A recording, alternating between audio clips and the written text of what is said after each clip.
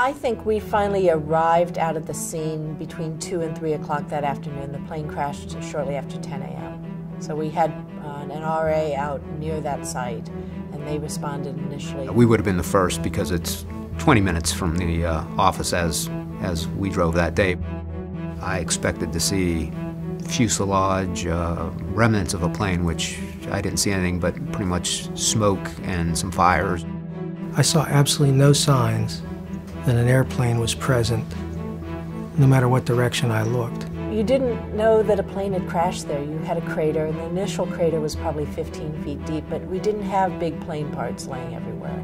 It looked like the plane had hid, but there's not a lot of evidence of the airplane, and I've described it a lot of times as basically a knife through hot butter. What I saw when it got up there was kind of I've described it as a crater. There was a mound of dirt above it, and when you stood above the mound, you could actually see the wings, outline of the wings and the main fuselage, the center of the plane, how it went down into the ground. There was a misty smoke in the air from the jet fuel that had set the woods on fire. It was very barren. It had been a strip mine, so it was a very barren area with some trees behind, and that's what burned. As far as the odor, it wasn't as bad as you might think. There were obviously certain spots that you had hit. You had the smell of death. My immediate reaction was, there are no survivors here. This is not a rescue effort. This is a crime scene, a recovery effort. But it looked like an organized form of chaos, if that makes any sense, because you had so many people coming in, but all anybody wanted to do was to help. And there were some real significant finds that they were getting very early on. I was shocked at the number of items that they were able to recover. We found great evidence of Flight 93.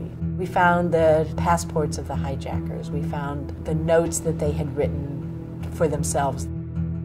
We found a knife that we believe was used by one of the hijackers.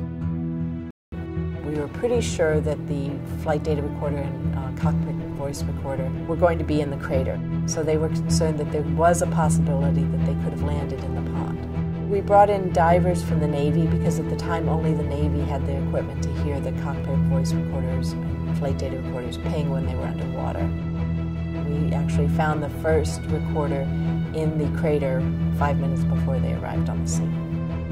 I can't remember if it was that night or the next night we ended up finding the other recorder in the crater as well.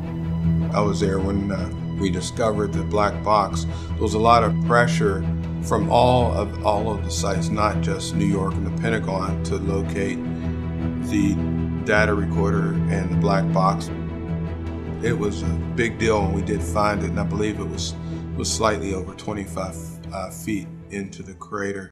In the case of the flight data and voice recorders, they were taken out to Seattle because they were damaged to the point where they had to go back to the manufacturer, and agents were hand carrying those and flying them out across country. I'm the chain of custody for the cockpit voice recorder.